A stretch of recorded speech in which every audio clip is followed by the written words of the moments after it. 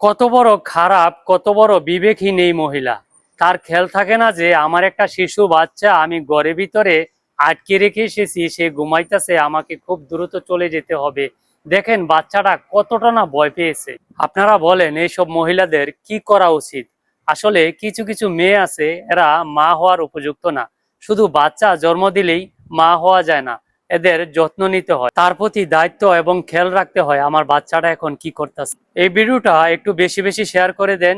এই ভিডিওটা ওই সমস্ত মহিলা দেখার দরকার যারা ভাবে শুধু সন্তান জন্ম দিলেই দায়িত্ব শেষ, যাদের সন্তানের প্রতি কোনো খেয়াল থাকে না।